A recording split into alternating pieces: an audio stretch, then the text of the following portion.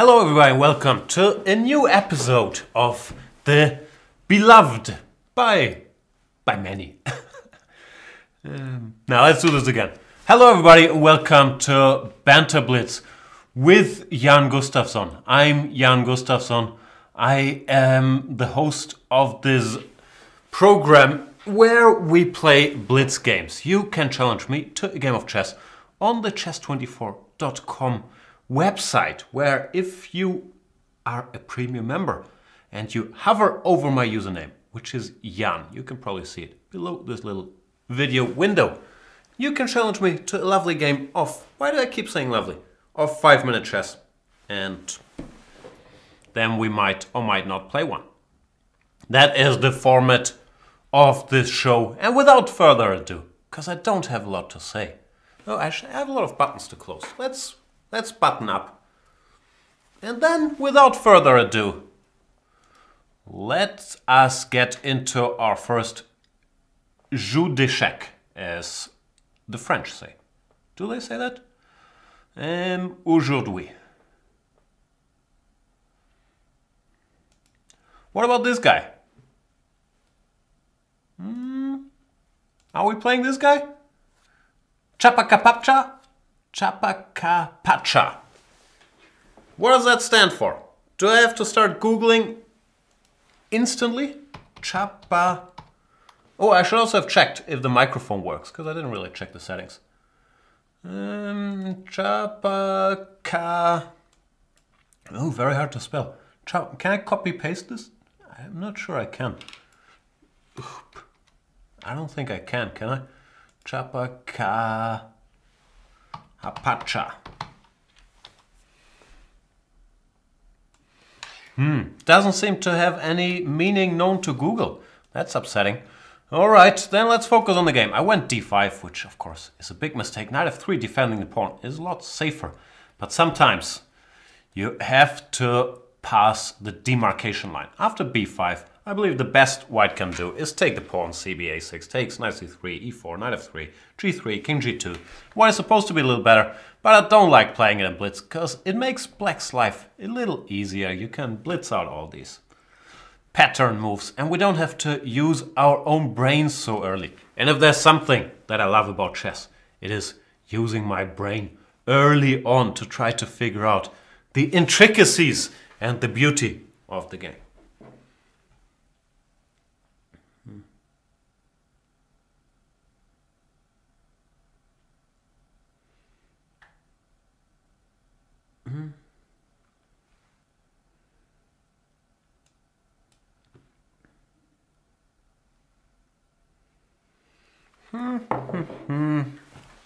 What's happening in the chat?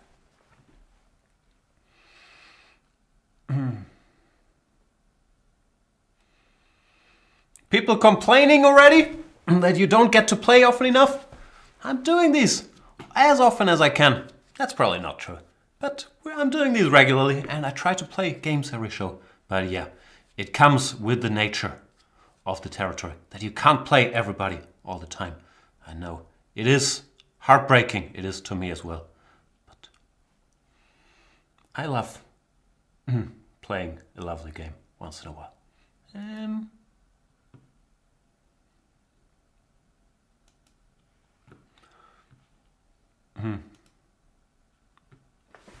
Boy, I don't have anything to say. I've already said lovely 18 times today, which is not great.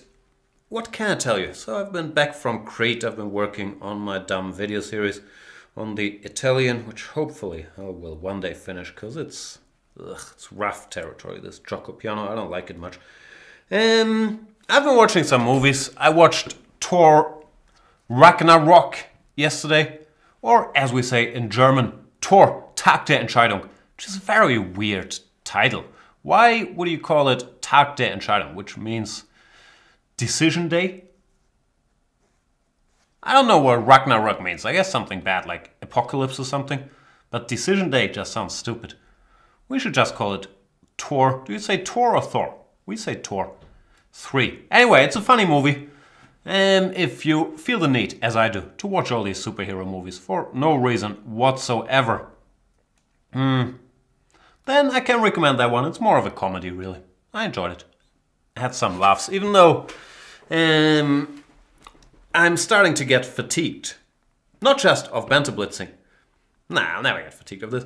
But of the 10,000s movie that I see, where in the end it's a hero or a bunch of heroes fighting against a villain, and the villain seems to be winning. He's so powerful.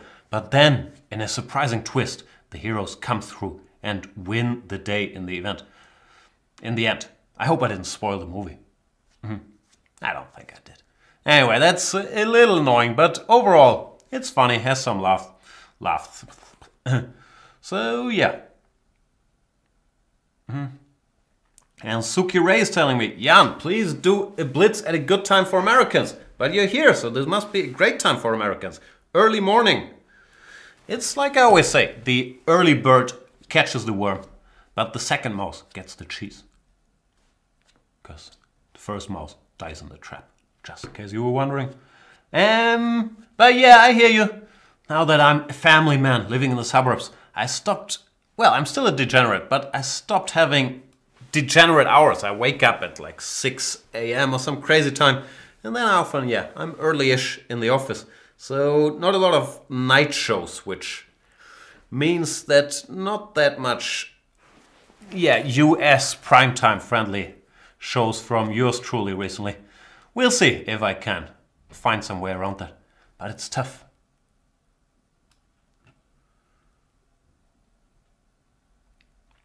What else are we talking about? Blitz dating is saying, Jan, fire up the board, please. I do not know what that means. I can see the board. I haven't talked much about the position on the board. Maybe I should start doing that. After AB4, I am trying to lure him, well, he pretty much has to, into going C takes B4, after which I hope I can put my knight into C6. Oh, I did play Bundesliga over the weekend. I didn't talk about that yet. German league.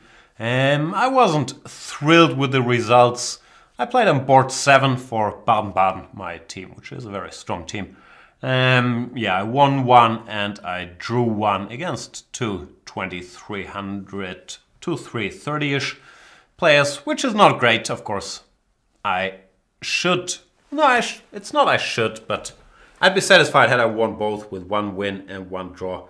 I'm not satisfied, but it's your typical Bundesliga situation, like if you're like me playing on a low board for a very strong team, that 2 out of 2 is good, 1.5 out of 2 is sort of okay, anything less is bad. So it wasn't a great weekend, but not the end of the world either. Alright, now let's start taking his pawns, which is the surprising twist. If this was a superhero movie, then the surprising twist, no, if my games were superhero movies, the twist would always be that in the end I start taking the pawns or win on time or both. I'm not sure if that's franchise material right there.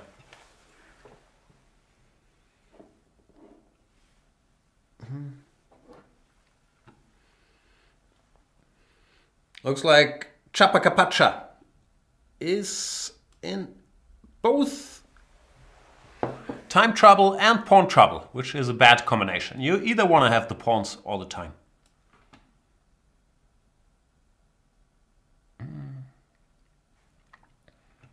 What else is going on?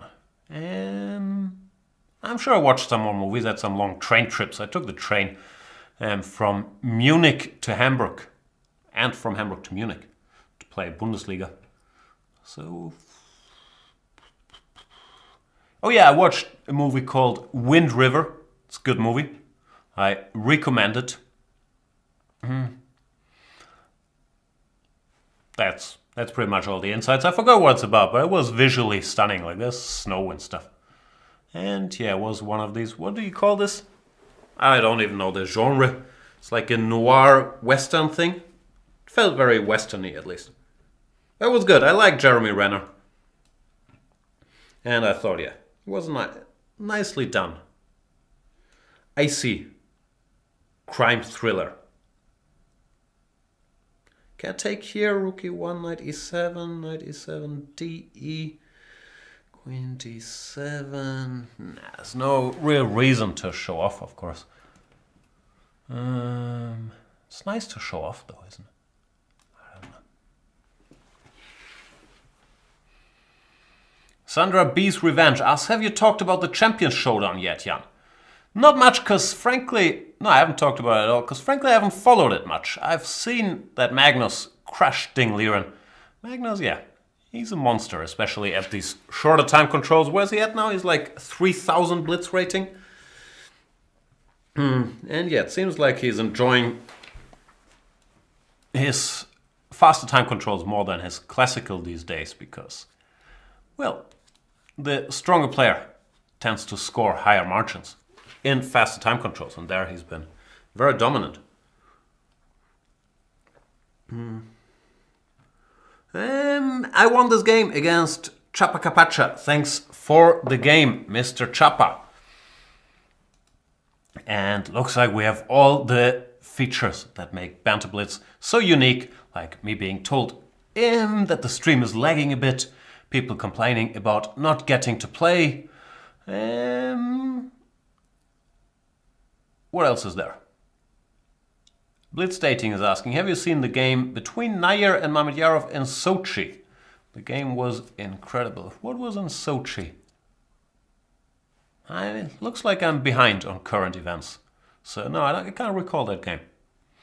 I'll check it out.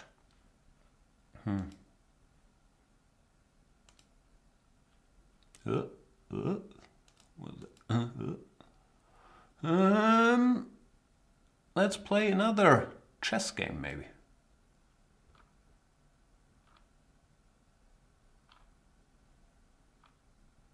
A lot of strong challenges again.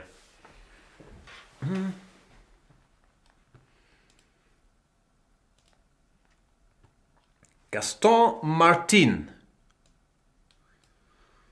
Or is it Gaston? I would say Gaston, but since this is a Spanish guy, maybe the N is not silent and it's Gaston Martin. Another question is Gaston Martin there? Blitz Dating is telling me it's from the Russian league. No, I missed. But that's a while ago, right? I've probably seen that game. I can't remember though. You click through these games and then they blur. Spills is inquiring, what's Peter been up to?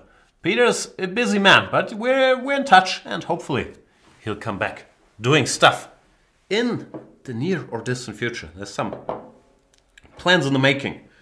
And looks like Gaston Martin is not part of our plans today. Sorry, Mr. Gaston. Let's find somebody else. Ooh, and I should try not to continuously push the wrong button.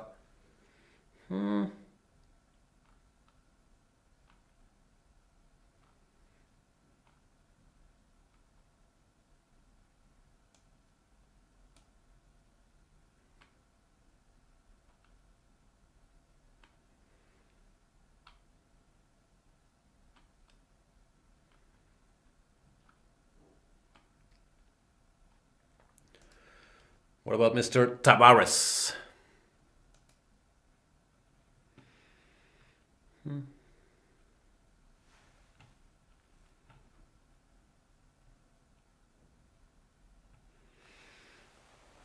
Chapa Capacha is saying, I put up a fight, but all Jan did was grab some pawns, then flag me. And yeah, that's the sort of fights that I enjoy. We grab some pawns, then flag.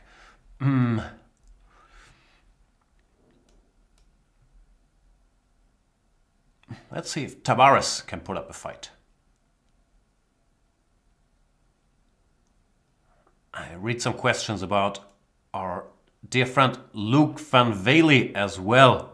Also a busy man, but I'd love to have more Lukey boy Banter Blitzes if you haven't seen his.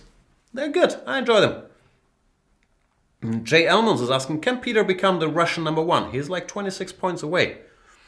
I don't know. I guess it's not the most likely of scenarios, because there's not just one guy he has to pass, but a couple, like Kramnik, Grishuk.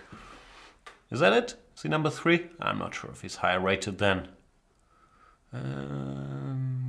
Kayakin currently. I have no idea. But yeah, I don't think rating matters very much for Peter at this stage, in his career at least. He's often said that it's not about the rating, but about qualifying for the candidates tournament and competing for in the World Championship cycle, which unfortunately this time it looks like he's not making the World Championship, the candidates tournament. But yeah, wouldn't rule it out that he becomes Russian number one day, but I don't think that's what matters too much for him. I'm sure he would like though, even though, what do I know? My best guess is that he would like winning another Russian championship.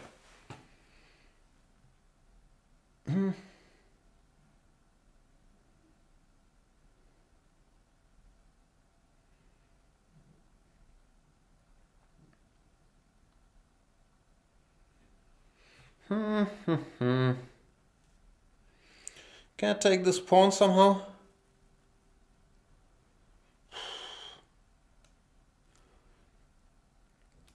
Not easy, he can play knight d2. In general, this line, this 4a3, it's a move that is very hard to take seriously because it looks so stupid, but it's not all that stupid, and strategically this is a very sharp position. Some strong players, including Peter Svidler, who we just talked about, have used this on and off to get a sharp fight. Knight to f3 is not what they typically do. Typically they go e3, bishop d3, and often put the knight on e2. But everything White has done looked kind of sensible, which I'm not sure can be said about my moves. The decision you always have to make here with Black is, do you want to break this pin one day by going g5, or do you not want to do that? I'm gonna decide on not yet. Let's see what happens. After d6, maybe I'll allow bishop f6 and go something like queen d7, queen a4, even though it's always a bit uncomfortable with the king in the center. I don't know. Long story short, I don't understand this position. As usual. I guess this has to be done. Queen d7, bishop f6. It's what I was contemplating, but didn't like it. Alright, so I went after this bishop. The price I had to pay for it, of course, was weakening my own king, which now doesn't have any super safe shelter.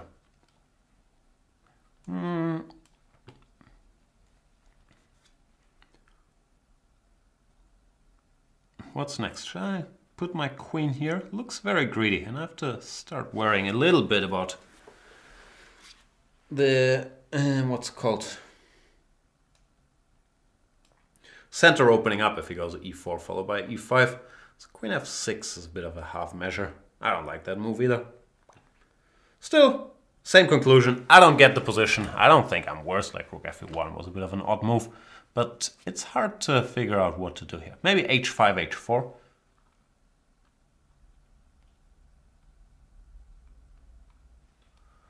He goes e4, which I guess I should meet with e5. Full disclosure, I originally planned g4 here. I'm still not sure that's bad, but it looks insanely risky. Knight h2, h5, e5. Nah, not gonna be able to do it. Maybe it was correct, but doesn't look all that convincing. I have mentioned that I don't understand the position.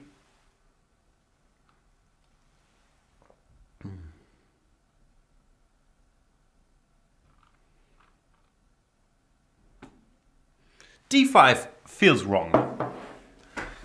I understand it takes pressure off this c4 pawn, but now it also takes a lot of pressure off my king, because now the position won't get opened in the center anytime soon. And I can maybe leave the king here, go king e7, rook g8, bishop c8, and then start playing on the king side and prepare h4. So d5 feels like a mistake to me. I'll see if I can make that plan happen. He's probably going to try to go knight f1, knight e3. At least I guess he should, to target the f5 square. Or he goes rook f1, hinting at f4, but f4 is not going to happen. Or if it does happen, I'll be happy to see it. So yeah, Tavares has lost the threat here a little bit. Now's position is dangerous. I don't want to exchange queens because I'm dreaming of checkmating him with g4, h4. Maybe queen h6 was better actually. I don't know why I didn't go there. But no big difference. Is it time for g4? I have one more preparatory move that I'd like to play, bishop c8. But I'm not sure how much of a priority it is. Yeah, let's go for this.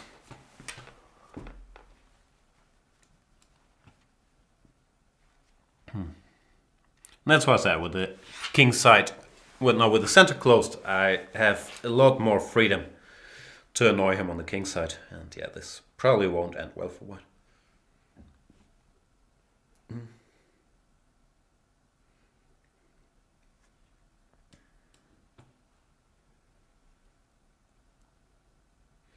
Now I'm threatening the typical petite combinaison, which we're about to see.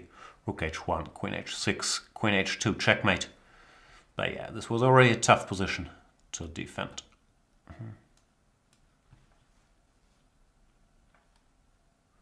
Thanks for the game, Tavares. It's a confusing position out of the opening. All these structures, as I might have or might not have mentioned 18 times, I don't really know what to do. I guess g5, knight h5 is okay. But yeah, then the one point where I'm reasonably sure it's a mistake is d5 here, giving me a free hand. Pretty much everywhere. White has to, I don't know what he should do, probably take and then try to bring this knight to e3 anyway, like knight h2, hinting at knight g4, knight f1, knight e3, targeting d5 and f5. Who knows what's going on? But yeah, in the game, was a little too slow.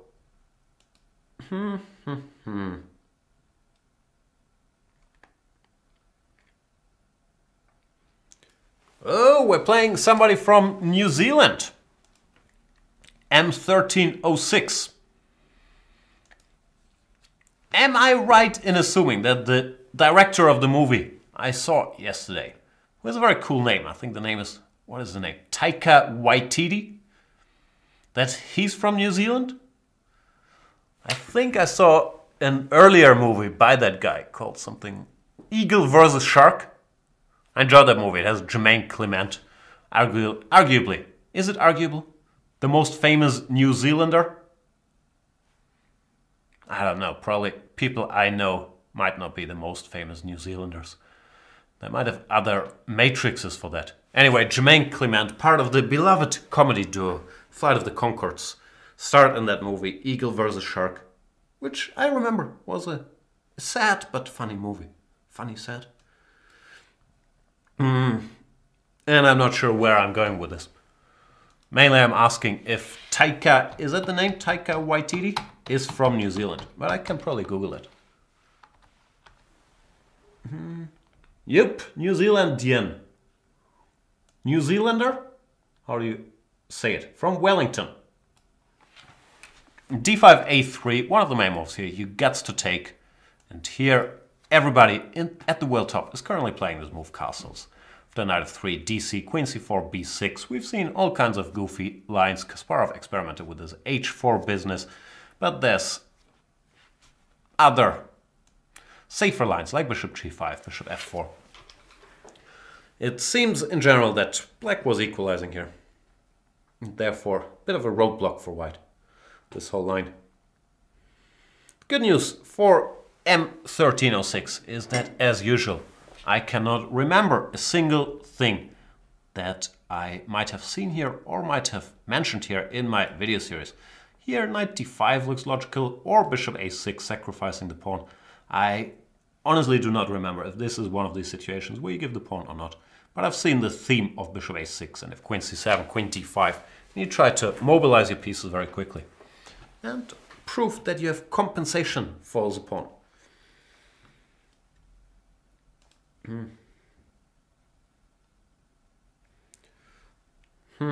Peter Jackson he's not New Zealandian.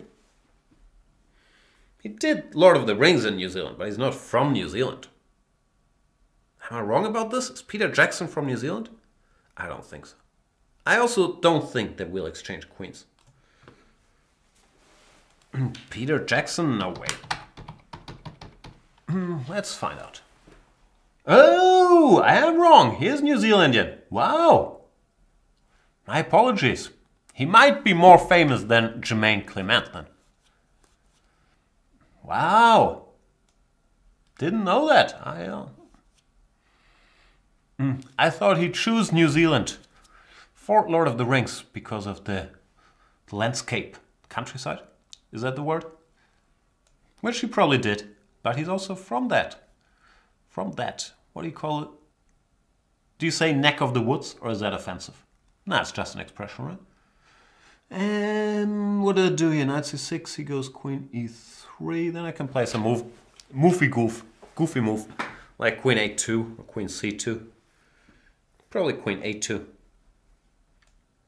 Because queen c2, rook c1, queen b2, rook c6 might work, but who has the time to figure that out? Well, queen a2. Looks like it has all the pluses of queen c2. Namely, attacking the rook and keeping an eye on the pawn. Without all the headaches, like having to calculate 3 moves ahead.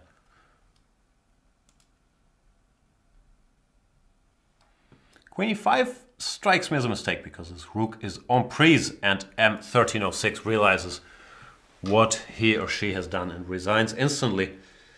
Yeah, this line, I can't remember the details as usual. I have a feeling after bishop f4 you can get away with this bishop a6. I recall some stuff like queen d6, queen f5 maybe. Not sure. Watch my beloved video series. Let's see how often I can say beloved in one. And part 3, the Nimzo, where I'm sure I covered this in great detail. It's tough to be old and not remember stuff. Let's play another game d'échecs. Lord of Swords. Is it swords or swords? Because I always thought it was swords. But I've heard like native speakers say swords recently. And it confused me. Is it an English, American, New Zealandian thing if you say swords or if the S is not silent? I don't know. Suki Ray is asking, Jan, ever take a Myers-Briggs personality test? Of course, I love testing my own personality. I'm a bit of a self-analyst. I'm obviously INTP all the way. Is it INTP? Yeah, INTP. I'm not messing with these INTJs that get anything done. I'm sitting here INTPing it up. Nah, Suki Ray thought I might be INTJ. Now those are the people that actually get stuff done. INTP, gotta be deep in your own head.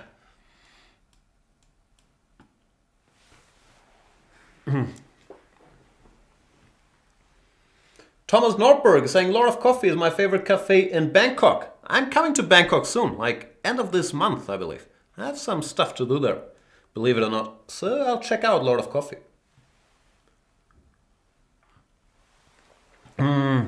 We are playing the Grunfeld. After rook c1, cd4 is not is that the most? Ah yeah, we're getting this endgame. Yeah, this is actually a fairly mainstream line. Long castles, d5, rook d8, and then you go somewhere with your king, e1 or c2, and anticipate the events yet to come. I think knight a5, and then you go. Where do you go? Bishop g5, rook c7.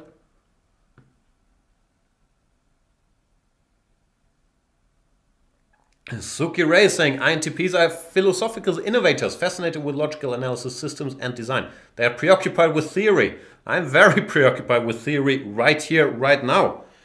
Knight b4, a3, knight a2, where do you want to go?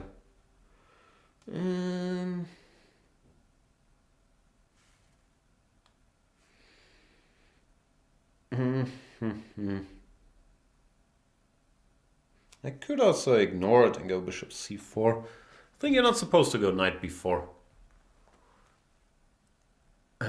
Which also happens to be the name of Nigel Short's rock band. Is it a rock band? I don't know. I'll play a3 and see what happens, how bad can be.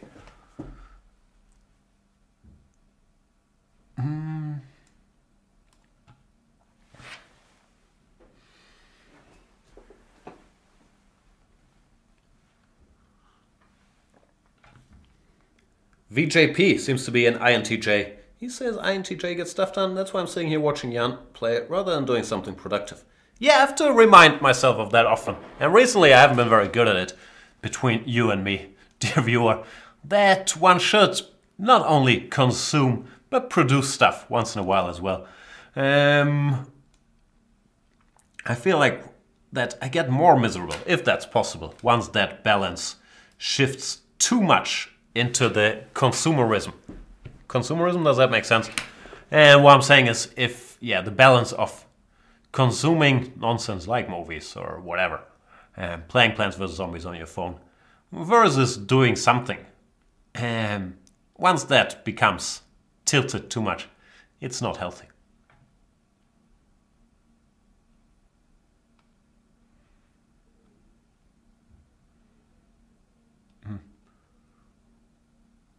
What are we talking about? Gustav Chatterjee won a medal? Congrats for silver at U15, I'm reading. Congratulations, what U15 is that? Well, junior thing, an Indian tournament, what's going on? Keep me updated. You guys should brag whenever you win something. Don't go all humble.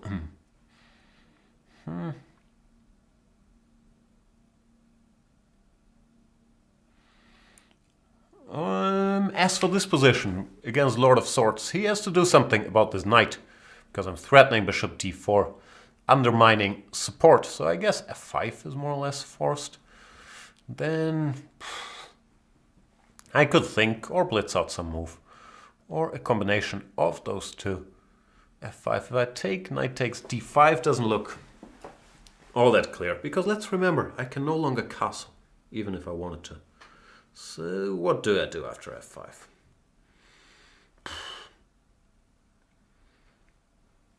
I guess I'll take and then think.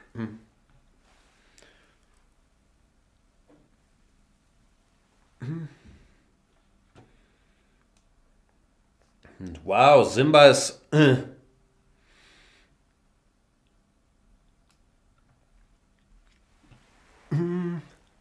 Oh, do I not have the thing on? What's the thing called? Ah, sorry. I'll fix the rapid movement thing. See, Tech Jan, not fully awake yet. But we'll get there. Hang on. Here we go. No more rapid movements. Because this is... I'm not quite sure about the exact production cost, but my best guess would be that it's the price of one episode of Banter Blitz and one of these Thor movies are quite similar. So we do have the budget to change the green screen into a white screen, for example, or into... no, that's probably about it. What can I do? Color. Yeah, I think all I can do is this. Or this. No, this is the same.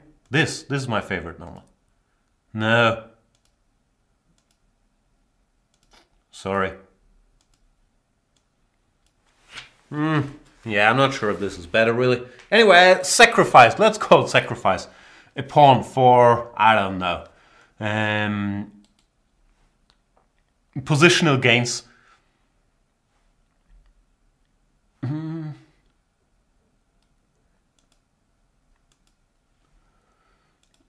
So now I have to figure out where these positional gains could be coming from.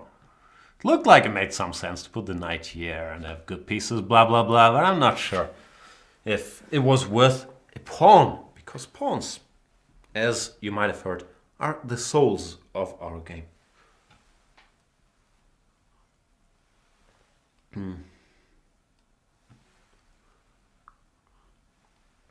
What did I miss? Rook takes knight? What does that even mean? Rook takes knight? Where could a rook take which knight? Oh no, I didn't miss that. Here you mean, yeah? Rook c3, d4. No, I saw that. I think we both saw that.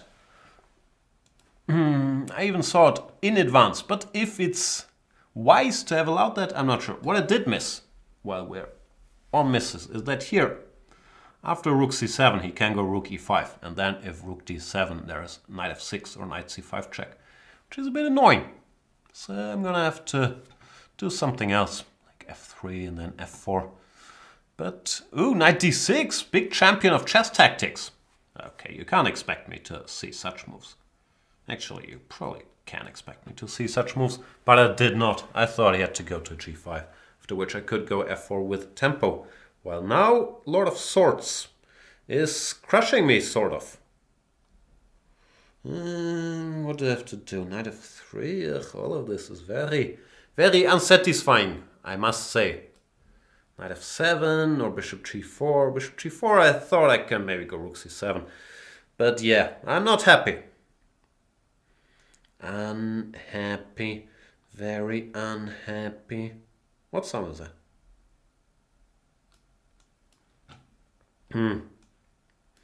And the lesson that we learn yet again is do not sacrifice pawns, ever. You might not see them back. And then, what can you do with your initiative? Nothing. However, there is such a thing as flagitiative, which is a term that I'm trying to coin. Hasn't caught on just yet, but one day it certainly will. However, it looks like Lord of Swords is not a big fan of being flagged, and he's also playing extremely well. Too well for me, actually. So...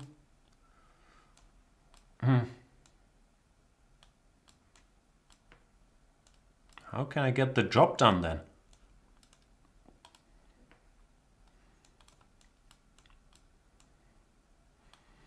Whoa, not missing a single beat, Mr. Lord of Swords.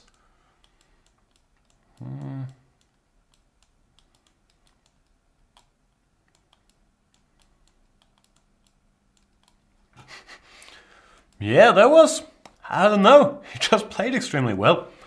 What can you do? Good game, Lord of Swords. And bad game, Jan. See, that was the one game in all of Banter Blitz. I believe this is episode 114. It was the first time I sacrificed a pawn. It will not happen again. Just can't do it. Let's play another one where we keep all our pawns.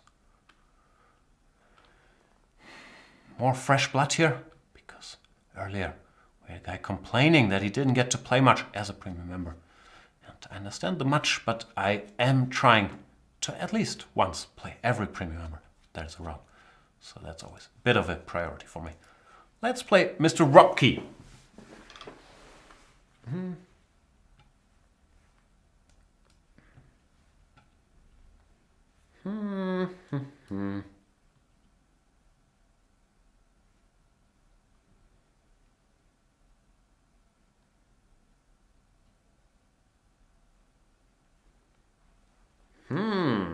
Le français.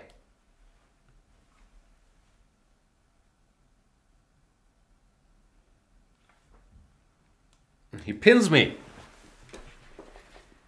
The We Never French. There was a period in my life when I was in, what do you call this, Erasmus student in Madrid. And this is like almost pre-internet. There was internet, but I don't think I had internet at the place where I was staying. So I had to study a lot of chess. I went from 2530 till 26 in that year. And one of my activities was to study the Wiener French. But I focus on the move short castle since I have queen to c7 in this position. I never played it because, yeah, I never wanted to play the French. But it was interesting to expand my horizons back then. And I believe one conclusion I came to is that queen c7 is inaccurate because of this bishop d3, knight e2. Even though, as I said, I focus on castles. And that if you want to play the other line, you should start with cd4. Does that make sense? I'm not sure. Anyway, can't take this pawn.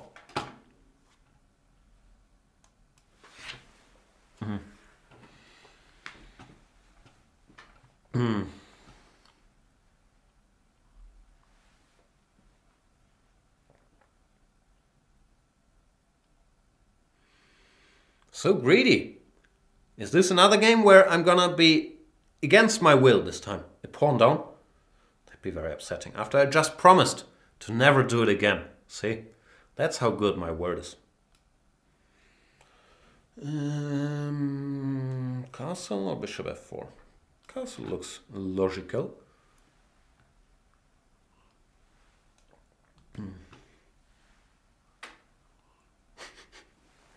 Look logical, but it might have lost as well. That'd be upsetting. Note to self. Stop blundering in every game. Queen e5, I have to repeat moves? That's very upsetting. I don't want to repeat moves.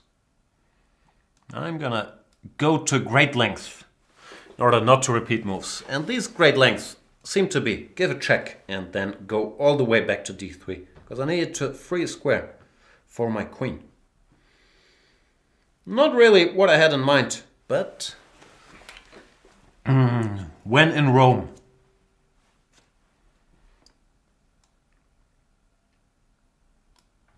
I need to work on my when in Rome material.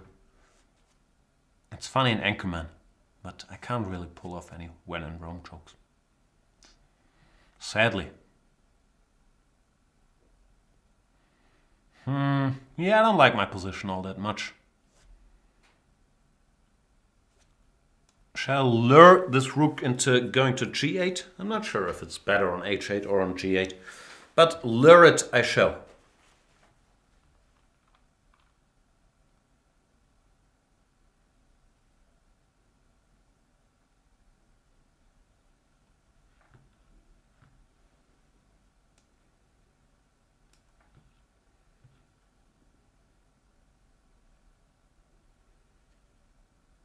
I'm really daydreaming.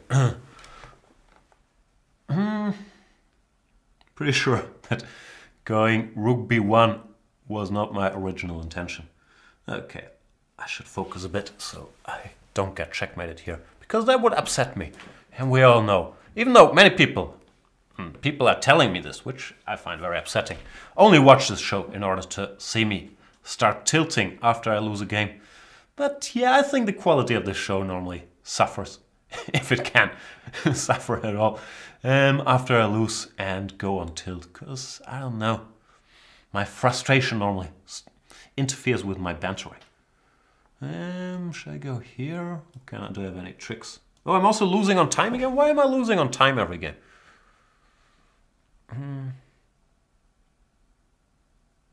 So the position, I don't know what's going on. It looks sharp. Maybe I'm okay, maybe not.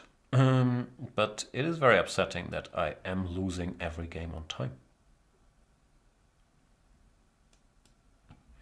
Now I have to speed up artificially once again.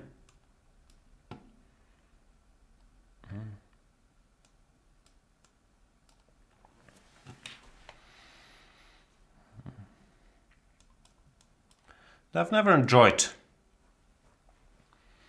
this being in great time trouble and then having to speed up. Normally, I much prefer a more fluid flagging style.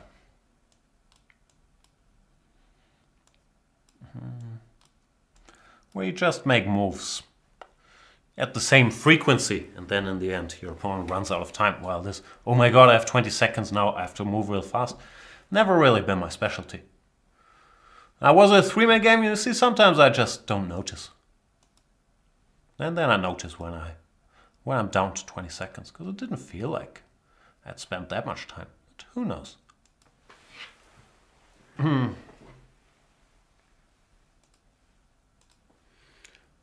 Here's Mr. Shah online. Does Shah mean chess? Would make sense. Oh, a chance to play the Mora Gambit. I don't know why I like the Mora Gambit, and I also know that I said 2 games ago that I will never ever sacrifice a pawn again. But it doesn't count if it's the Mora Gambit, does it? Because he's gonna decline, he's gonna go knight f6, then I'll be very upset anyway. That's the main problem with being a Mora Gambitier, right? Then you're upset if they go d3 or knight f6 or d5, any of these very sensible ways to decline the pawn. So now let's switch back into positional Jan mode and say, oh, we have a Maroczy bind structure. All we need to do is consolidate, get our pieces out, and then we shall be able to use that extra space occupied by the pawns on e4 and c4 to squeeze Mr. Shah online in the center.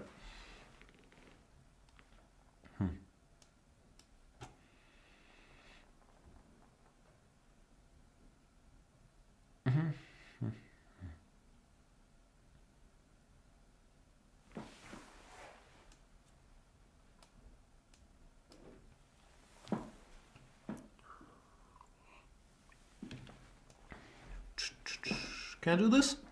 Feels like I should be able to do this. He's not stopped me from doing so. Oh, the board is not.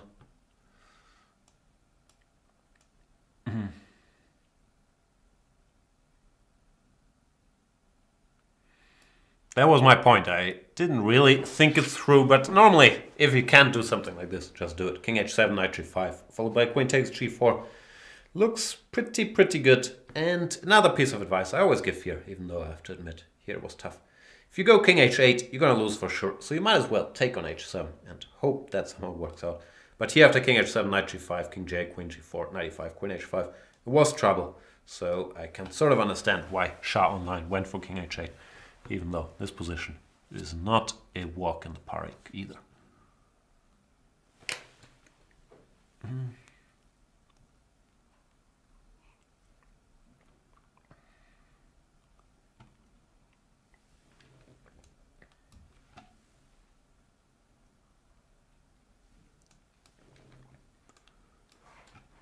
Black's problem, amongst his many problems here, is the biggest one is that he can't take on e5 because after takes, queen h5 check is a bit of a nuisance, followed by queen h7 checkmate or picking up the knight.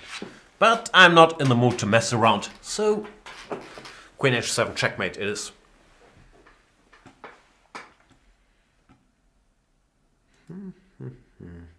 Thanks for the game, Shah Online.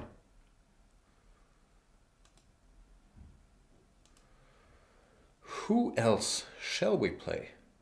What about Foley?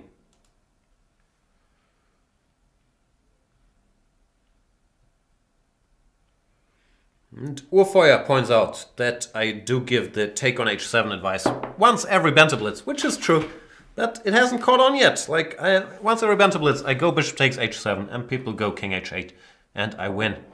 So, yeah. Take on h7. Just do it. What's Mr. Foley up to? This doesn't feel like a bishop h7 game. Jawbreaker is asking, yeah, no Bundesliga review. No. I can tell you now, though. My team won twice. Baden-Baden, we played inferior opponents, so that's not a big surprise, even though, yeah. Especially the first match against... what's the name? Zugzwang, Schachakademie München. Looked quite close at some point.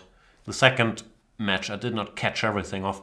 But yeah, it wasn't a lot of drama. I believe in the league, it's the usual suspects, Baden-Baden. We're in the lead together with Solingen, the one team that broke the Baden-Baden domination over the last 11 years. Solingen won the title 2 years ago. So I believe both these teams are the only ones that won their 4 matches so far. But yeah, not a lot of surprises for as far as I've seen. There was one big match, Deizisau, against Hockenheim, which Deizisau, the team with the 7 German players, won, I think. See, that's why I didn't do a Bundesliga review. I'm not very well informed on the events to come. On the events that happened. Here against Foley, it's a weird game. I'm not sure. Knight f3, knight c6, d5, knight b4. Normally, yeah, this looks suspect. But I've played knight e1. That looks a little dumb as well. Knight c2 is not really a threat, so I could just have gone a3, I guess. Anyway, now after all of this, what does he want to do? He wants to go h4. Do I take time out, go h3? Guess it makes sense to to meet h4 with g4. Then think about the bad things that I want to do to him in the center.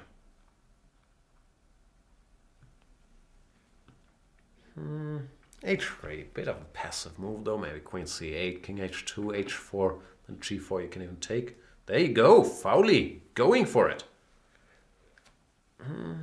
Drama. Is he gonna checkmate me? It's not impossible. Sometimes these h4, g4, bishop g4, hg, knight g4, king g1, h3 counterplays are quite dangerous. I'm not sure if this is one of these situations, but it could be a topic. Knight c7 is trying to play all over the board, prepare b5 as well. All right.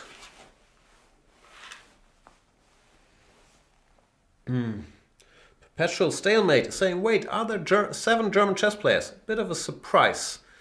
Yeah, I don't know. Germany is probably by far the biggest chess federation in Europe and has the most title players, right? So I'm not sure. And that's the correct butt of the joke. If you had said, yeah, 7 good German chess players, maybe, but even that, bit of a stretch. Germany lacks elite players, but not really chess players. Knight g4 check, very clever. I guess I should take, right? Yeah. That's sort of my own advice with the bishop h7 thing we just talked about. Don't be bluffed by stuff like that. If you can't see refutation, just grab it.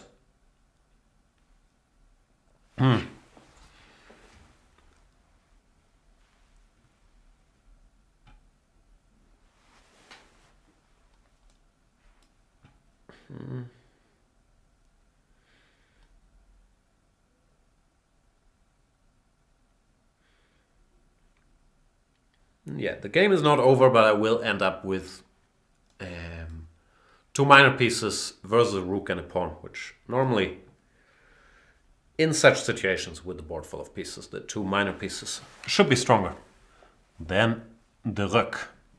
Knight on c7 looks a little silly as well. So yeah, this position has to be very good for me. Still have to find some ways to open it for my pieces. e5, but double-edged also opens it for my king, but can't have everything.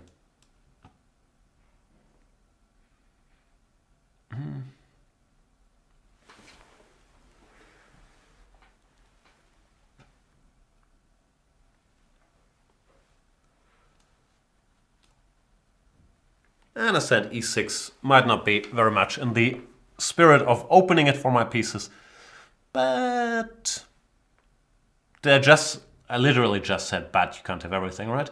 Maybe I should not end every sentence with, but you can't have everything. But you can't have everything. I could take this or this. Take it easy, baby. I took here because he might miss that the rook on h2 is hanging. I don't think he will miss it, but sometimes when you grab a pawn and accidentally, sort of collateral damage-wise, attack a rook, they might give you that rook, which will be a part of my upcoming book on how to win a rook up. A small section of it should also be dedicated to how to get that rook so that you can win the game being a rook up. First, of course, you have to grab one of your enemy's rooks or your opponent's rooks. I do not think of my opponents as enemies.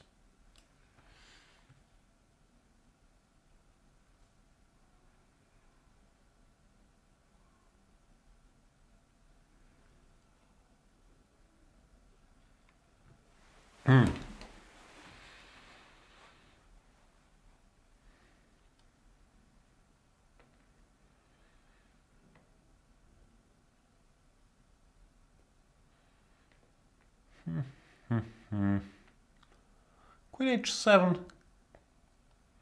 Not sure what I should do next.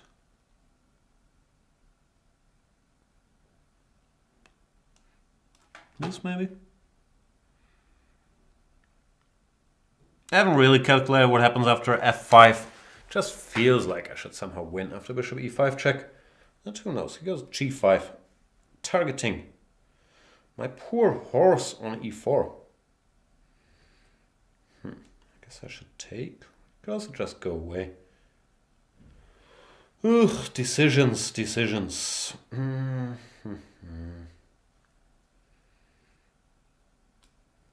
see what happens.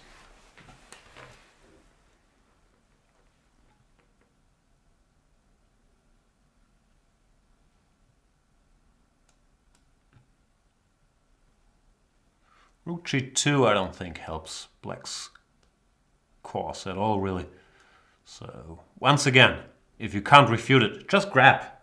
Don't go rook g2. Thinking the grandmaster might be up to something. More often than not. They're full of it, just as the rest of us. Alright, queening with check tends to be a decent idea. And Foley resigns. Put up a good fight, though.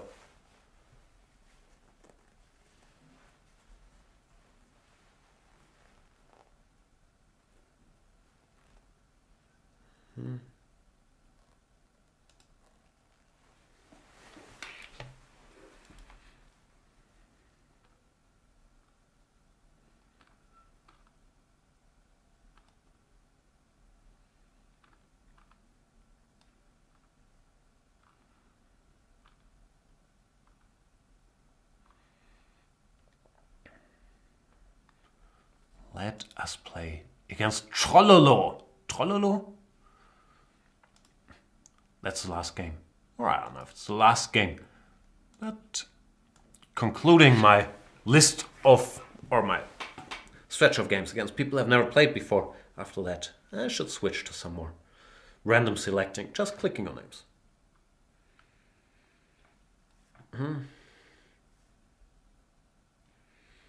Andreas Heienberger says Austria, triple exclaim. That's a lot of exclamation marks. And it looks like Trollolo is not around. Are you around, Trollolo? I'm gonna have to start the countdown. 5, 4, 3, 2, 1. Abort. Sorry, Trollolo.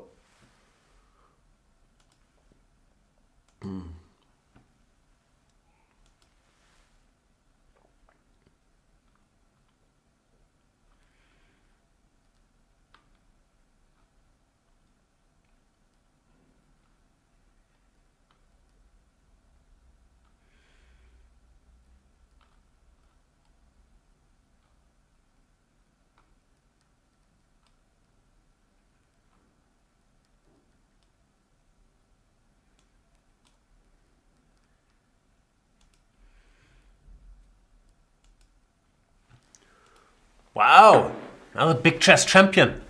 Grzechu? Sorry if I mispronounced that. 96. Normally, I've done a lot of speculating over the years about what these numbers mean. Normally it's date of birth. So 96, that means he's young and talented, 21 years old. There used to be a time when I did not think of 21-year-olds as young. That's, yeah, when I was like 15. And it looks like Grzechu is also not around. Is this another abort stretch? I think people, maybe there's a pattern to that. Like an hour in, people think, okay, I'm done watching this narcissistic dude rambling about movies. I'll get a coffee. And then I try to accept their challenge. And that's when they're not there. Because often these people not around come in stretches. Let's see if Moby's around.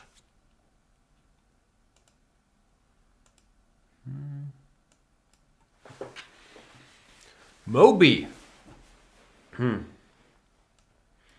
Is that based on the... What genre is that? Is that techno? Is Moby a techno DJ? I'm not sure what music genre Moby is. Anyway, is it based on the musician or on the whale? I've never read that book. Is it worth reading it? Moby Dick?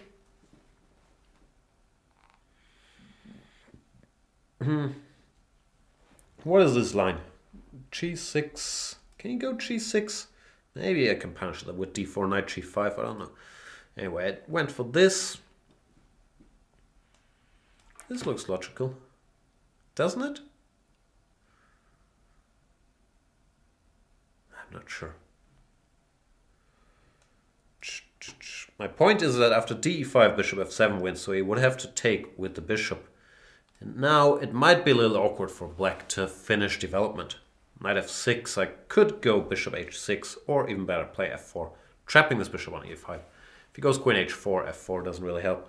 So typically you have to go back to g7 and then develop your knight here, which feels a little slow, even though I'm not sure any massive damage can be done while he's doing that. And I'm being told that my enjoyment of Moby Dick would depend on whether you like reading 100 pages of sperm whale biology. So I'm gonna take that as an endorsement. Herman Melville, here I come. I watched that movie. That's normally how I can have half knowledge about books I didn't read. What's it called? The movie where the Thor guy is also in. In the Heart of the Sea, I guess it's called. And they're at least pretending that it's based on the events that inspired Moby Dick. Does it feel creepy to keep saying Moby Dick? Nah. What was I talking about? Oh yeah, I saw that movie. I like that movie actually, In the Heart of the Sea. Didn't get good reviews. But it's very old school. I enjoy these old, what's the Bounty movie called with Marlon Brando? Is it Mutiny on the Bounty? I like these movies where they go out on a ship and stuff happens. Or actually read that book. What's it called? Treasure Island, is that what you call it? Stevenson? I like that genre of dudes going to sea. And, tensions ensue. Alright, how can I make tensions ensue here? Can I go e5? Feel like I should do something before his king castles away. Then again, that's another pawn sacrifice. And I really do not honor the promise I gave myself of not consistently blundering all my pawns. Very upsetting.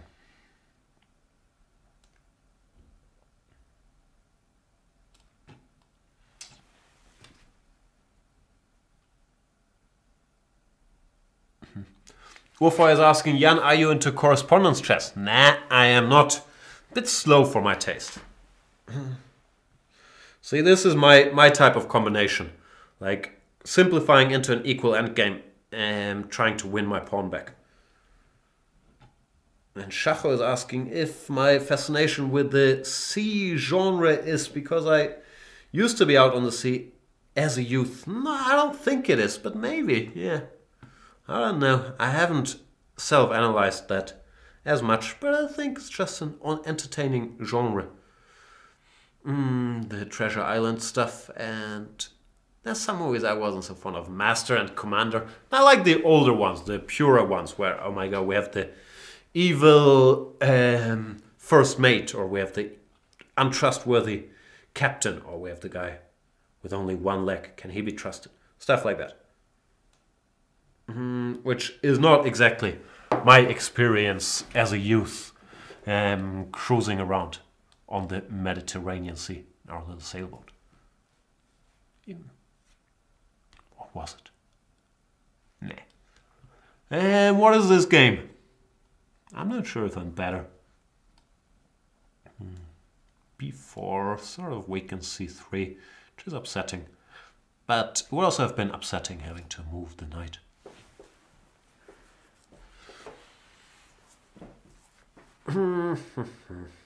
Maybe I could have gone bishop g5, check f6, bishop e3.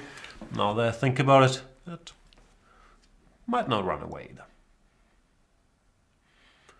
d8 looks fairly logical too. I'll still go for this, just trying to block the bishop out.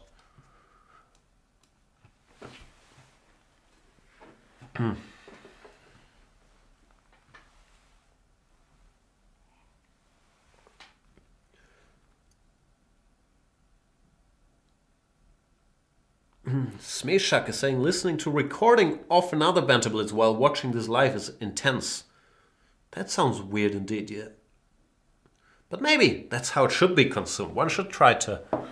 I don't think humans are capable of multitasking. At least I read that in somewhere. Then we can just switch around quickly, but no one can really multitask. But it's so tempting, right? Especially in this day and age, where normally we need a small screen to entertain us while we're too bored of watching what's going on the big screen. So yeah, I'm not sure I'd watch another episode of Banter Blitz while playing one, but I am tempted to start a little game of Plants vs. Zombies on the site, which I deleted from my phone because I suffer from serious case of Plants vs. Zombies vase breaker addiction. But it's back. And it will affect my productivity in many other themes. It's so addictive, Plants vs. Zombie vase breaker. And I'm not sure if we've talked about that. Probably we have, because this is episode 114. Nothing ever really happens in my life, so I keep talking about the same stuff. But if in this challenge where you have to nominate 3 disciplines, and you have to be a favorite to defeat everybody in the world, 2 to 1 at least, I believe that it's, for me, it would be chess. It's one of the disciplines. Then Plants vs. Zombies vase breaker, where I'm very, very good. And the third would be, I don't know, it would have to be some language thing, I guess, like a combined German, English, Spanish language test. I believe that would make me, those 3 things should make me a favorite against everybody in the world, but you're never sure. The problem is there's many people better than me at chess, so I have to make sure they're not also better than me at either Plants vs. Zombies, which is unlikely. I've spent a lot of time working on my Plants vs. Zombies vase breaker game, but the languages thing, very, very unclear. The German might be good for me though. The German-Spanish combination, I think I'm probably reasonably safe. Not sure though. Let me know what you guys would choose as your 3 disciplines. It's a topic that should be discussed more in civilized societies. And here, Moby resigned because he missed Fe rook d1, picking up the rook on d8. Sorry, Moby, good game.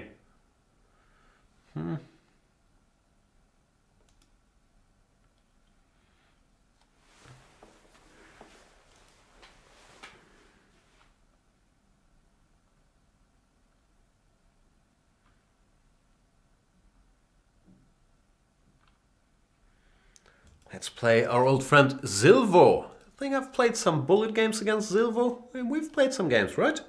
Dr. Silvo. Jawbreaker says, Anand probably beats you in languages. No, I don't think Vichy has a chance in the German, English, Spanish combination. Our Spanish, he might be slightly better than me in Spanish, even though I'm not sure about that. I'm reasonably decent, especially in written Spanish.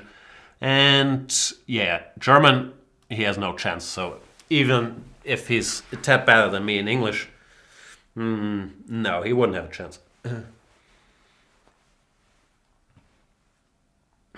So no, I think I'm a favorite against Vichy.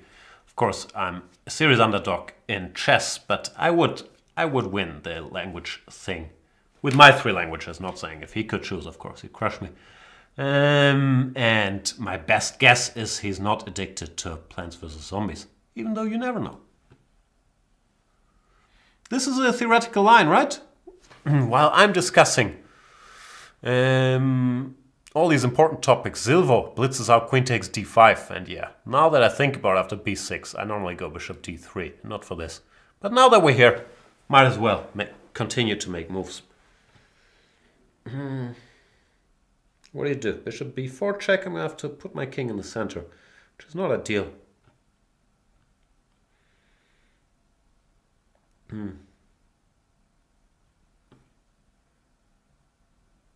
But what can you do?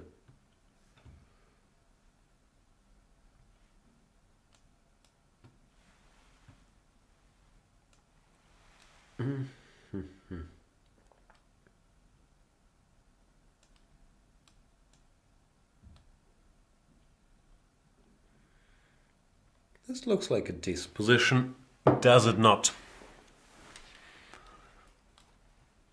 It's always a question if this d-pawn is weak or strong. But I have a feeling it should be a good d pawn here. Even though I'm not sure how I should place my pieces around it. Rook e1, rook e2 looks weird. Maybe just go rook d1, take it from there. Because if I go d6, bishop f6 was coming, targeting b2. I'm not sure I want that.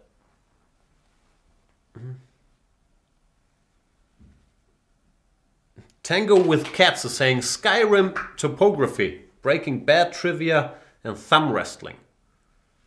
I don't know. Skyrim topography, I don't know what that is. Breaking bad trivia and thumb wrestling. I'm not sure. It sounds like there should be people that are dangerous in these categories, but who knows?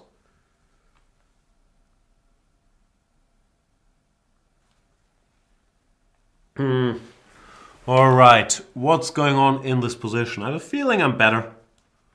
Normally, as one of my favorite thinkers of all time, Aaron Nimzovich used to say, pass pawns must be pushed.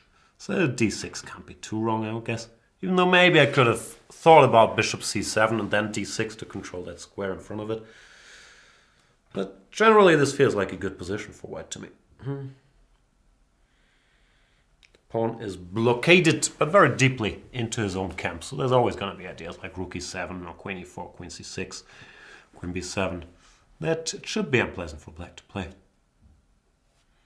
Question is, do I do anything urgently, or do I keep wasting a bit of time by making sort of useful general moves? Nah, I should do something, right? Is this a move?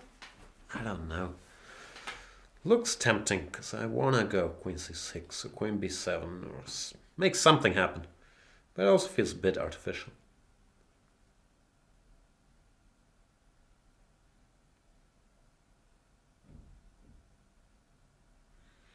What are we talking about? Smeshak is saying, I agree that there are other options for procrastinating, but nothing is quite like the feeling of learning chess while slacking.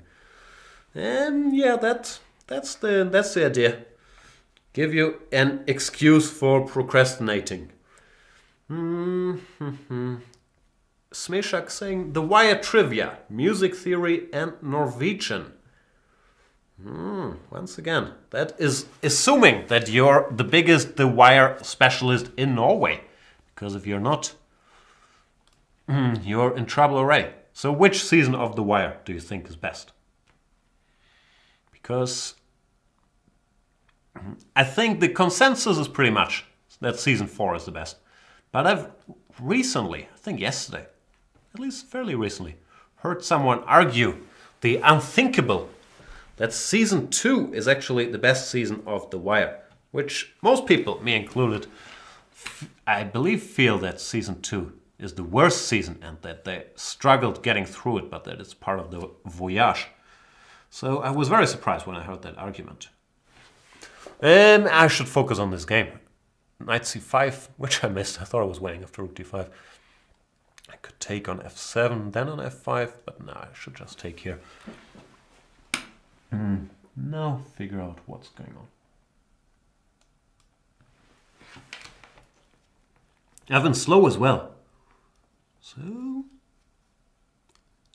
let's speed up. Rook c4 seems more or less forced.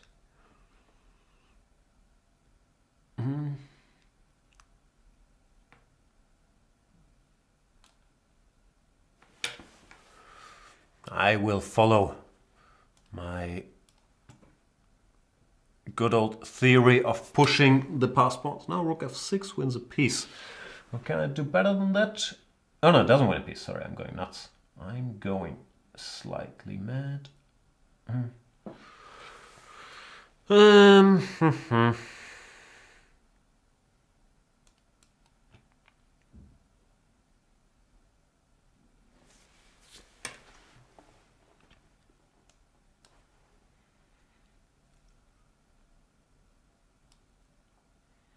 Yeah, this hasn't gone according to plan. Might still be slightly better, but now he sort of has a grip on the d8 square. So not easy at all to win this, actually.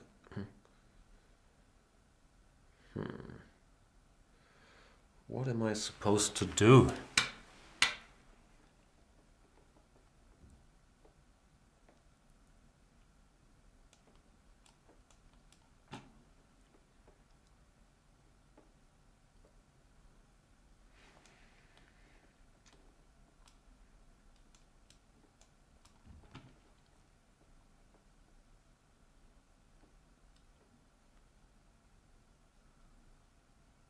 Yeah, still nothing special. You can just take and go rook c1 check. At least I've started speeding up, which is always important in order to win on time later. I'm not sure if that concept is familiar to you guys. If it's not, you should look into it.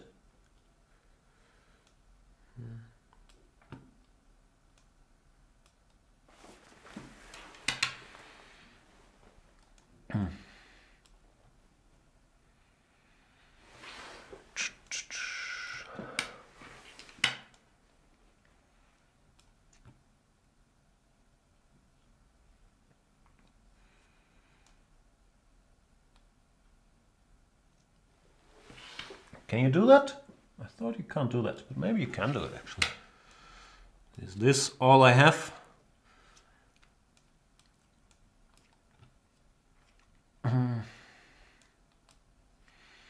Guess this is objectively a draw, but of course I shall play on. Play on, play on.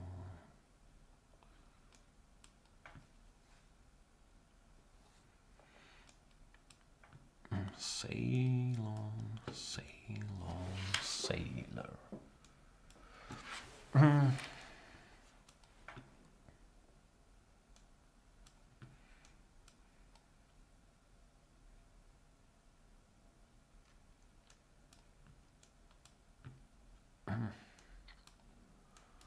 I didn't pay a lot of attention in pawn endgame class, but yeah, this is a good one. That much I do know.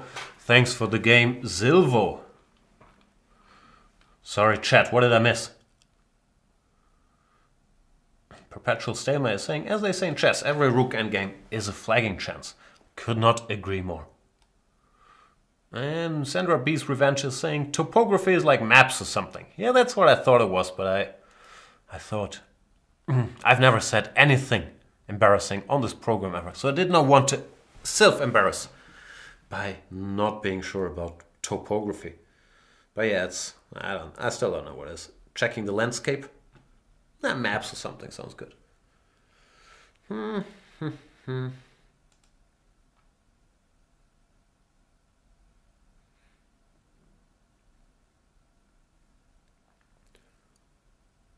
What did we conclude? What did you guys say was the best season of The Wire? I missed that part while I was flagging.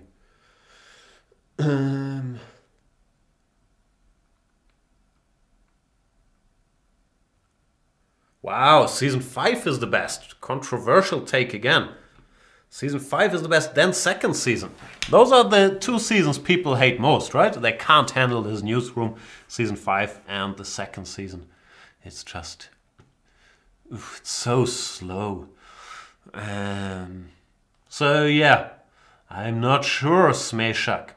I understand that it will not matter for your trivia knowledge, but if you're so mistaken about the best seasons of The Wire already, then to be the best in Norway in The Wire trivia sounds like a stretch to me. We are playing against Iar Baboon here. Do I venture a little Marshall if he goes c3? Or do I play d6? Sounds like everybody's wrong. Season 4 is clearly the best season. Did I say season 3 earlier? I think I said 4. I meant 4. The one with the kids. I don't understand how it's even a debate. Carlanga98 is asking, is this only for premium? In order to play, you need to be premium. But of course, in order to watch or to partake in the chat, you are very welcome, Carlanga98. d3 here, d5 I think is a good move, but I don't want to give Iar Baboon any reasons for optimism. Instead, I will play very safely and boringly.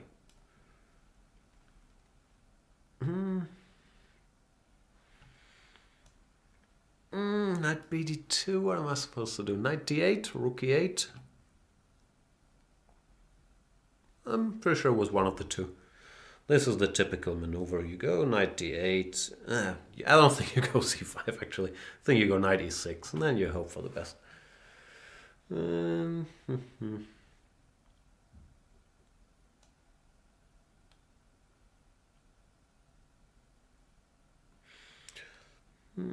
not sure where you put your pieces then, but knight e6, some rook to e8. And sometimes I've even seen people play rook a e8, bishop d8, bishop b6. But me, I'm old school. I normally will go for... Ugh, now I messed it up. Oop. Now I'm going to have to start focusing because I messed up. Same old problem.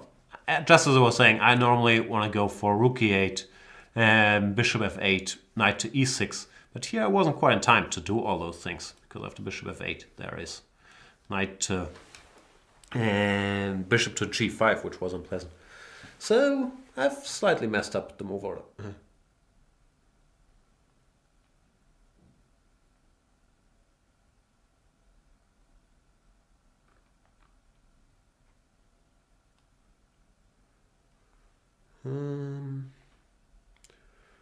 What are we talking about? Yeah, this the wire discussion I find shocking because I thought it was universally accepted that season 4 is the best season. Then again, I started the discussion, right? So I should not fake complain about it now. Mainly what I'm saying is, all you guys that did not say season 4 are wrong.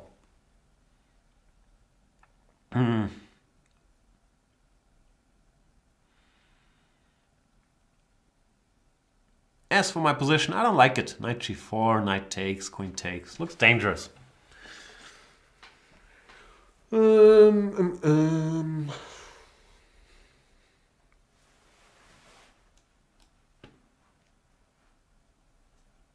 Dangerous.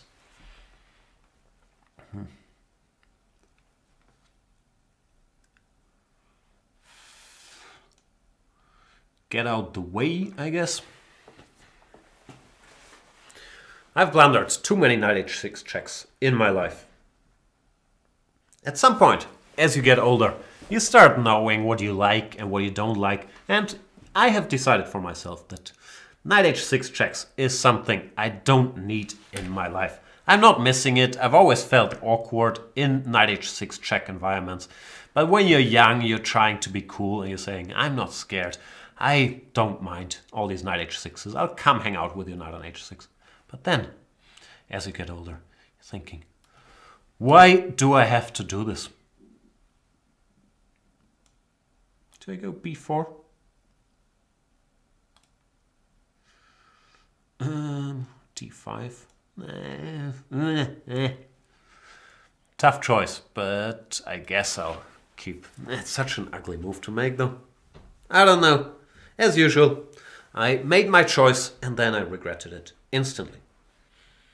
Same old, same old. c3. Yeah, I don't like my b4 move one bit. But what's done is done.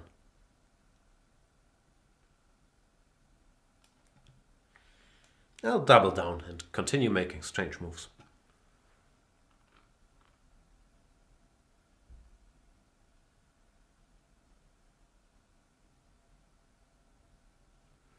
And Vizzy, you did not understand me correctly. I did not say I was better than Vichy in languages. I said I was better than Vichy in a German, English, Spanish language test. Of course, Vichy is way better than me at English and Indian languages. I obviously, well, it's goes without saying, meant no offense to Vichy's great language skills. What else is going on?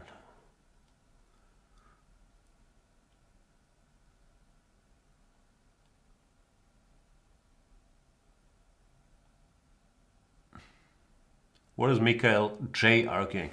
He says the wire didn't appeal to him at all. Yeah, that's not a majority opinion, let's say. My position is also not a majority opinion.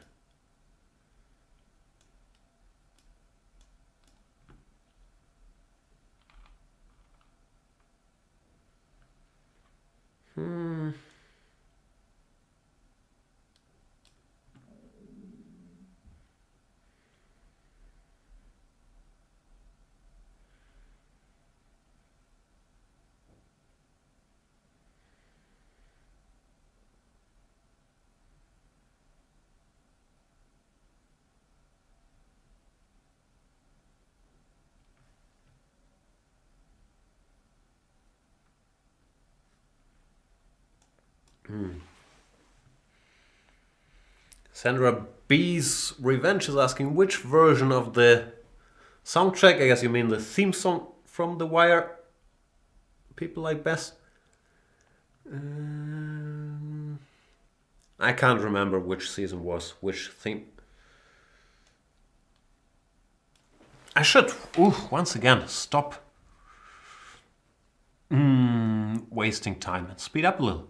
Now my position might be okay. I understand I said like a minute ago, I don't need any Knight H6s in my life, but you know, consistency has not ever been my strong suit. Is that true? I don't know. Might not be true.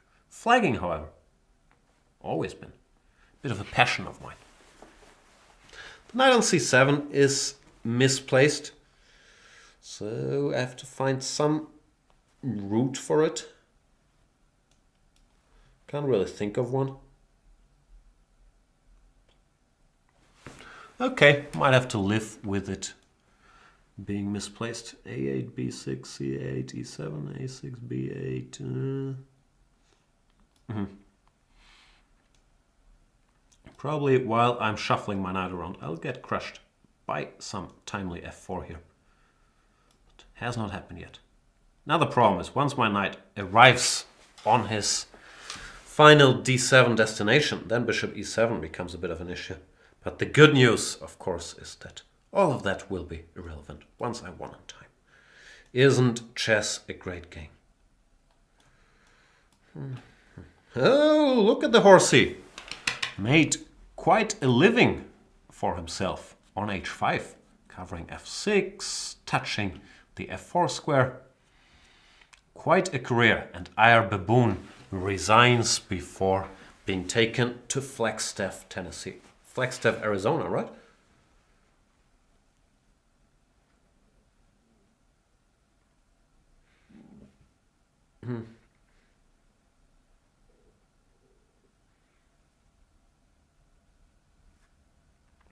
My stomach is, what's the word, grumbling? Saying, give me food, cheapskates. What time is it? Oh, we've been playing for a while. Alright, let's play this one and one more. Because normally I am trying to have these things at 90 minutes, but I did not announce last game. I was gonna say therefore, then I changed my mind and was gonna say hence, so I said herefore. Herefore, we will play this one and then one more.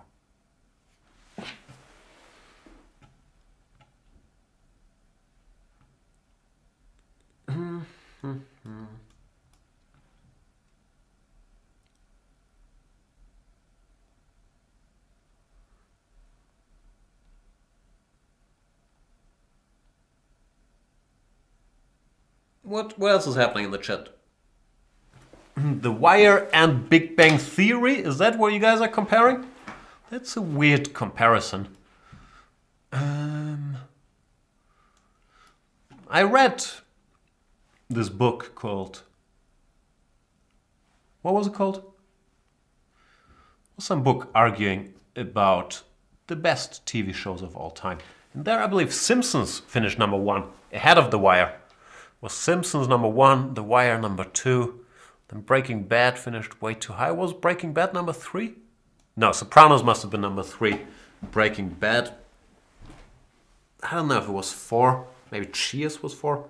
I can't remember. But anyway, Simpsons might belong in that conversation.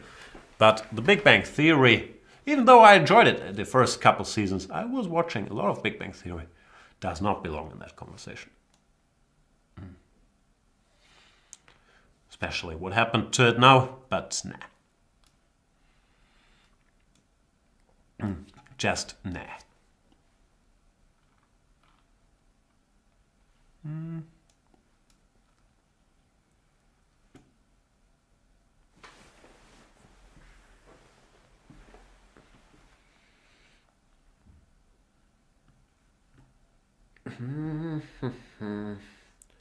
Looks like something's gone wrong for Mark Brandstetter here, and I should be able to punish. How do I do it? Check maybe? Because in the Benoni, very often your d6 pawn can end up being in trouble. Here, yeah. Mark took some liberties in the opening, and now it looks like it's too late for Mr. D6. Sorry, Mark Brandstetter.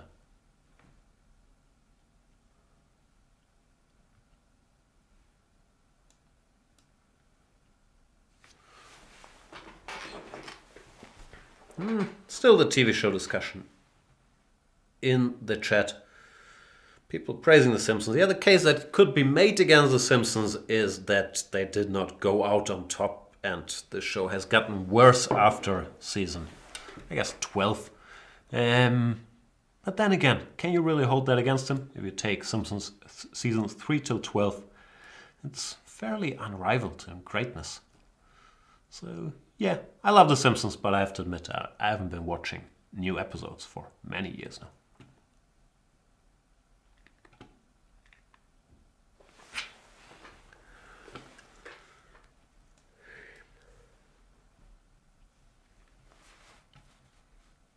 Mark Brandstedter's position looks pretty bad. Bishop e5. I have some options. Rook e5, rook e7, or just knight e8, I guess.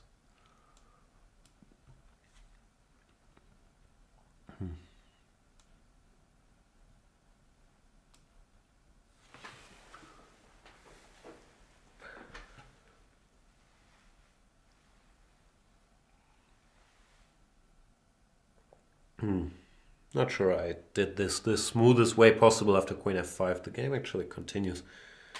So I did not do this the smoothest way possible. But of course I should still be in good shape. Still, not very convincing.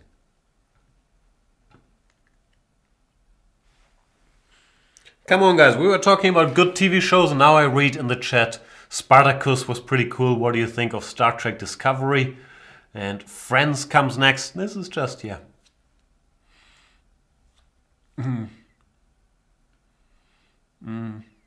Different level of shows, even though I'll admit that Friends was very successful, very iconic. I haven't watched it. I've heard, or I've seen the occasional episode, but can't do it.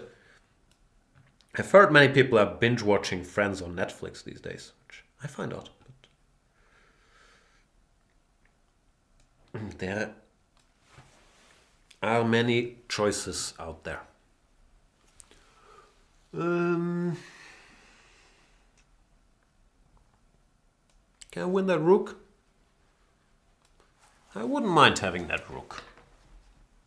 That rook of yours, Mark. If you don't mind me asking, it doesn't seem like you want to part with that rook, then I'm going to have to take the queen. Which is a bit of a pity. I'd much rather have had the rook. But gotta respect Mark's choices here. Mark's right to choose.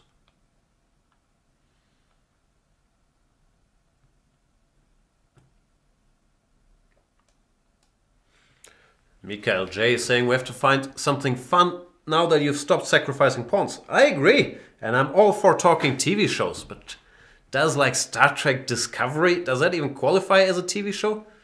And also, Mikael J, you just stated that you were never really into The Wire, which is the best TV show of all time. So I'm not sure that, at least in Yanistan, let's say, you would not work in entertainment. Shacho is mentioning Storage Hunters. Now that's excellent. Storage Hunters is good stuff. And also Doomsday Preppers.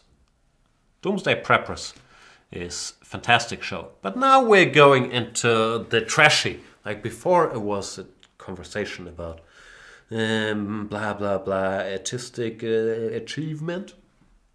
Does that make any sense? Nah.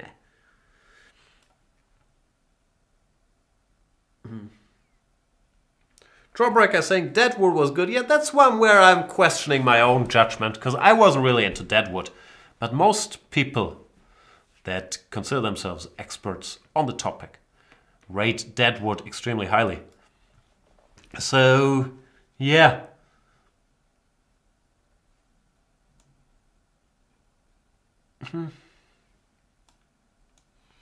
Deadwood, I'm not sure about. I might have to rewatch it.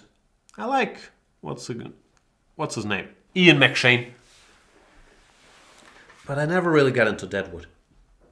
There, however, I'm not sure. I'm also not sure if Rook E7 is a good choice here. King E7, Queen G7, King E8. Might be winning because his... Let's do it just for fun. What's the worst thing that could happen? It might not be winning and I'll flag him. So it's not like stakes are particularly high here. What did I think though? I thought something that he can't go Rook D5 because of Queen G8 check. And now that the position is on the board, Rook D5 does strike me as a very valid choice. So, yeah, not my best game ever. It's up there, but I would not say it's number one. All right, so how do I win this? Now I'm starting to worry. Okay, that's how I win it. But there were some anxious moments that you caused me, Mark Brandstetter. I cannot accept your draw offer. My apologies. Thanks for the game, though.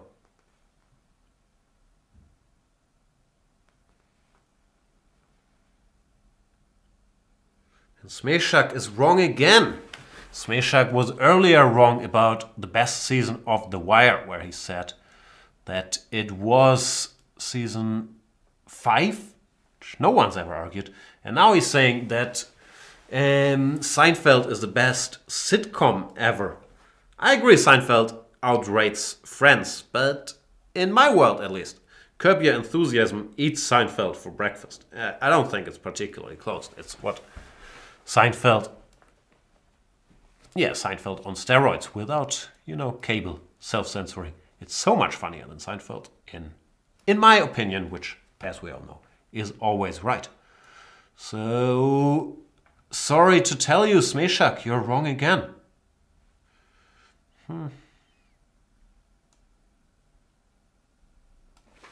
Gazayuno goes h3 here, which motivates me to grab his bishop. Normally, you don't want to allow your opponent to take that bishop.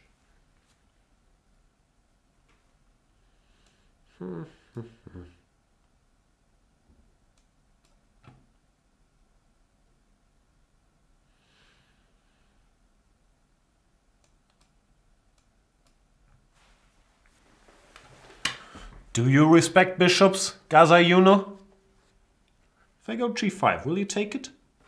Asking for a friend. Feeling he will. Do I want that to happen?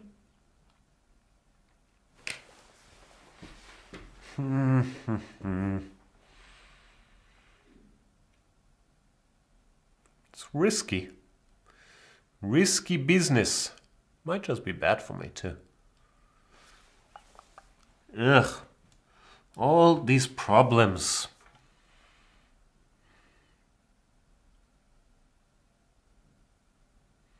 Still not sure if I can get away with g5. Takes, nah. But then I'm in trouble. Breathe. Then I blunder a piece. Impressive stuff. Might not be blundering a piece, but if it's not, it's because I got lucky, not because this was part of the plan. Just drifting. I missed something, and then one mistake leading to another. As they say, textbook. I might get lucky after e5. I might have some swindle. D, queen b4, ef6, bishop f3. But, as I said, not part of the plan. Just dumb luck. However, dumb luck. is a good thing to have. Or let's call it grandmasterly calculating skills.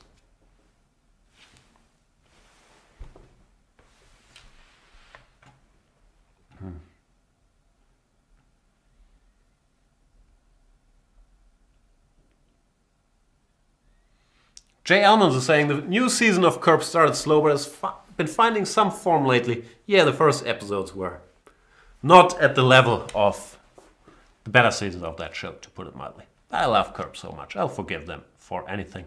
But I heard, yeah, there's some, I don't know. Seems like there's some behind-the-scenes chatter. Jeff Garlin was complaining that there wasn't that much improvising on the show anymore, and so on and so forth. But he's given us at least 8 great, or at least 7 great seasons. So I won't complain.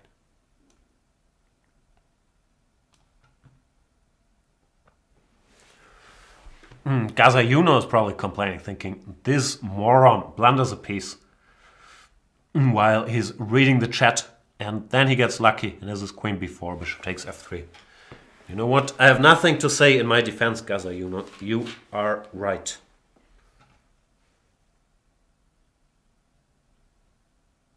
Jay Elman says he enjoyed the pickle gamble. Yeah, the pickle material was good. In general, a lot of good pickle work on television recently. Pickle Rick also, arguably, not sure if that's arguable, the best episode of the latest Rick and Morty season. So a lot of good pickle material. But other than that, yeah, it felt like more of a rehearsal of their greatest hits, or rehash of their greatest hits, but not, well, it didn't crack me up the way the old episodes used to.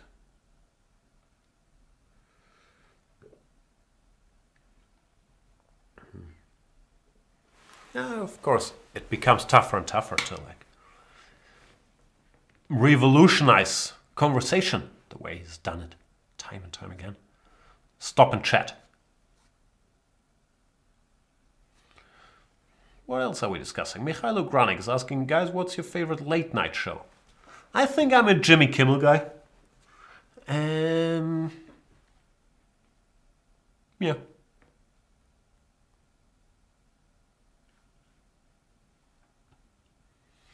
The only one I don't like is Fallon. I can't watch that. I'm cool with Kimmel, Colbert. I watch the occasional Sesmayev clips, even though I don't think he's on that level. I used to really like Craig Ferguson as well. And of course, early David Letterman was fantastic. Gaza Yuno resigns here, which feels a bit premature, but I also couldn't see a move because after Queen F3, Queen E1 wins, while after GF3, Queen H4 is also really bad news. So, yeah, sorry about that here. After Queen E7, of course, White just plays Knight C3. I'm in some sort of trouble. I would have to play something really clumsy like Queen E6. I didn't like my position. And Smeshak, everything you've said about TV has been, I don't know, controversial, to put it mildly. In Yanistan, I'm not sure you'd be a free man with these opinions. So, at least you don't like Jimmy Fallon. That means we might still be able to be friends. But how can you dislike Rick and Morty? I can't stand Jimmy Fallon. I can't stand is strong. He's good, but not my favorite show to watch. My favorite show to watch is Banter Blitz with Jan Gustafsson. He's so witty and so not full of himself and so really cares about the chess content and about making all of us not only better chess players, but in the prospect, also better human beings. You come for the chess and you stay for the valuable life lessons where Jan teaches all of us how to be more at peace with ourselves and just go through life with our eyes open, understanding that it doesn't last forever and that we need to seize the moment and not continue to keep doing the same nonsense all of the time. Thank you guys for watching this show. Thank you guys for the lovely and lively conversation in the chat. That's it for today. I'm gonna block Mr. Barat because in Yanistan we do not tolerate any insults. Strict rules. What else do I have to say? Oh yeah, Go Premium, voucher code Yanistan, 15% off. What's not to like? Then I might or might not crush you in the next show. I believe the next show is tomorrow already. We're going back to back. So this is the first show of the week. Tomorrow's the second show of the week. There you go. See you guys tomorrow. Whatever time I scheduled. I forgot. 5 p.m.? 4 or 5 p.m. My time. See you then. Bye.